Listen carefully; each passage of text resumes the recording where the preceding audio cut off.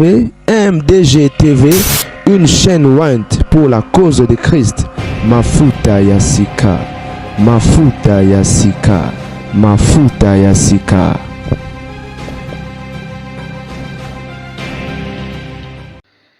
Mbote bandi MDG TV mafuta sika ezalinga bino la grande dame avec un grand G kana kata actualité bandeko babolingo je crois boyoki ngate mikolo ebele mambo mboko ezo kosusa mutu elobi na omninga mo ayebisi tala so bolandi mambo kongo bobima mipepe effectivement franchement ça fait tellement mal et je crois bandeko baza na souci ya mboka boza au courant mambo koleka na mboka bandeko baza connecté scotché branché boza au courant ke Bukavu ebuti kokwea ba rebelle bazo kota na bango vraiment na quiétude en tout cas sans makelele sans nini ba dona baza tellement à l'aise pona nini ba chef ba troupe ba kimi ba sundoli ba troupe bana ya bato moyen bazo directive ezate ba robunda ndenge ni triste et regrettable et to ebité basango bakende ko négocier bandeko ba bolingo avant nto ya kuna eloko to yoko sala l'émission awa eza ba photo bozomona c'est vrai ba photo mosusu ba rolo ba peut-être que non eza ya kala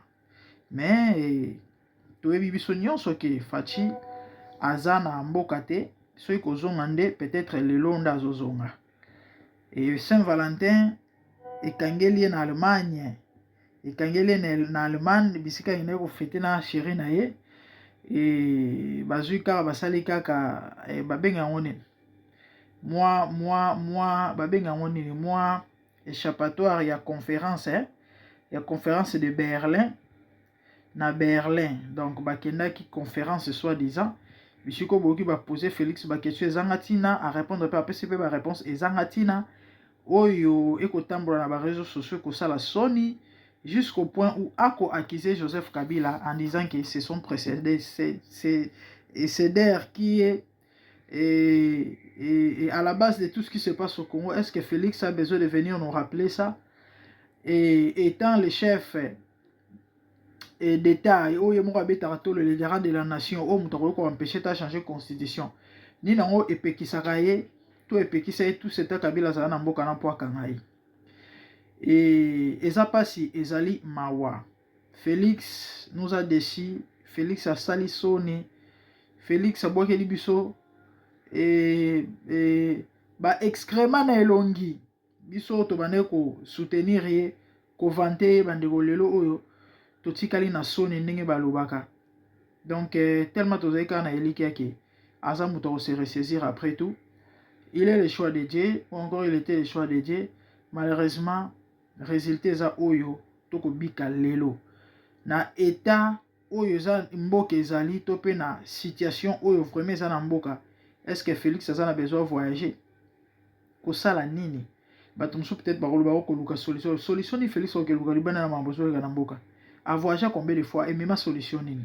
Donc eza pas eza mawa na ko lemba te ko lobana bana na Nzambe to continuer au bon de la pona mboka parce que bitumba nyonso avant za la physique ezala na spirituel to le la kama wa Nzambe ako akopesa kimia pe solution na makambo kolega na mboka na biso sinote bandeko ezaka pasi ezaka mawa na ebite po ani na démissionner na été po ani na démissionner na été président et à ceux qui assemblée nationale à ça la transition tiba kene na ba prochaine élection parce que na mon eloko chilombo osa na mboka te je ne vois rien au Félix azo sala na moment où tozali na omona te na ba problème ozo se passer na guerre et nazo mon eloko au Félix a osala te solution moko azo pesa te na minute o bandeko na ngai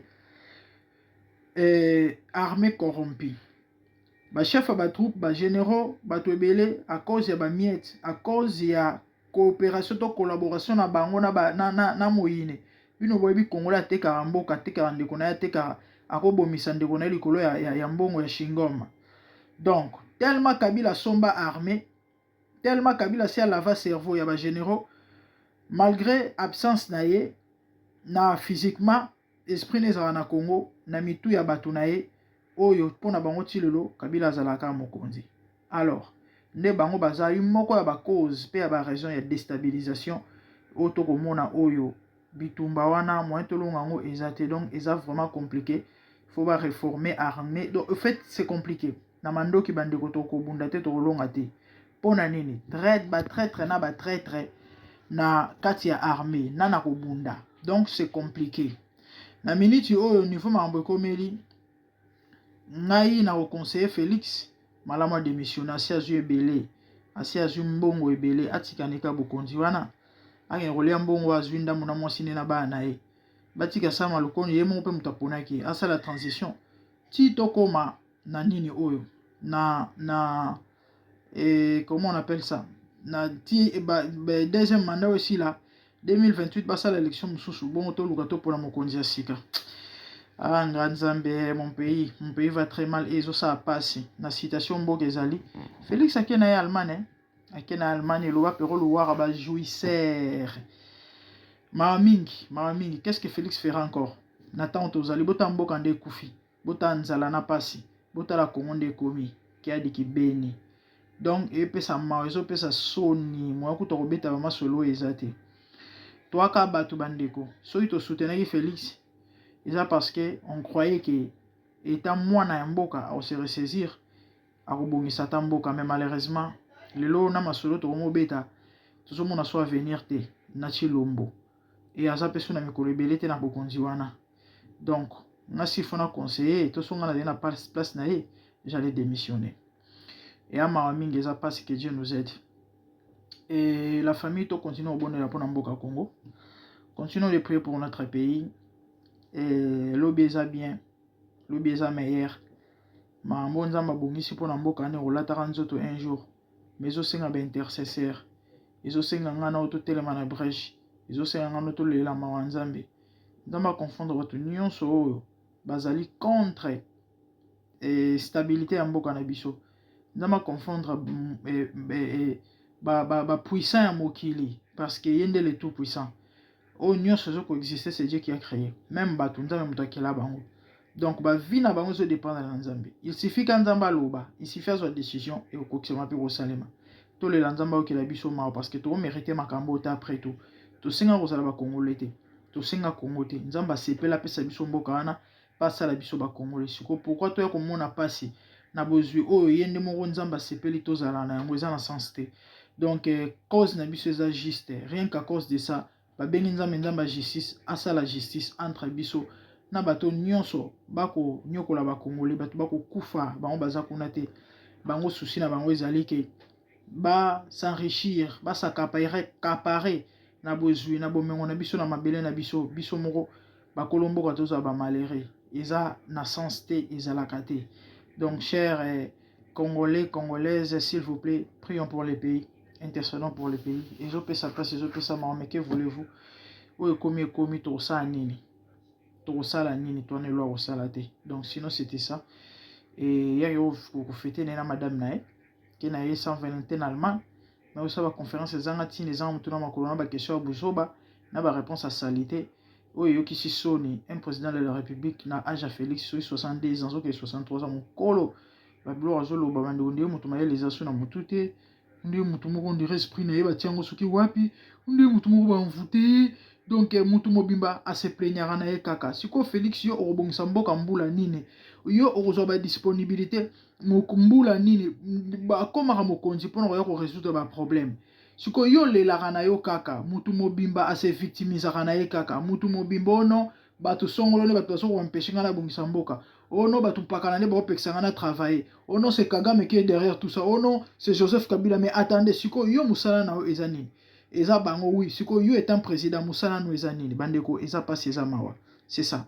Donc, tout bon de l'Anzambe, ayoka mawa, asunga mboko, sinote, na ebité son albani. Abonnez-vous massivement si vous déjà été mafuta sika. Moi, c'est la grande dame. Tout le monde a une belle estime de bonnes choses. Merci, au revoir. Bye. Zambe na moya, olatike mo vanzina bo santu. Ozinga mina bajelo, bakoye mela kayo tongo pe popa. Zambe na moya, olatike mo vanzina bo santu. Ozinga mina bajelo, bakoye mela kayo tongo pe popa. MDG TV, une chaîne Wint pour la cause de Christ. Mafuta ya Sika, Mafuta ya Sika, Mafuta ya Sika.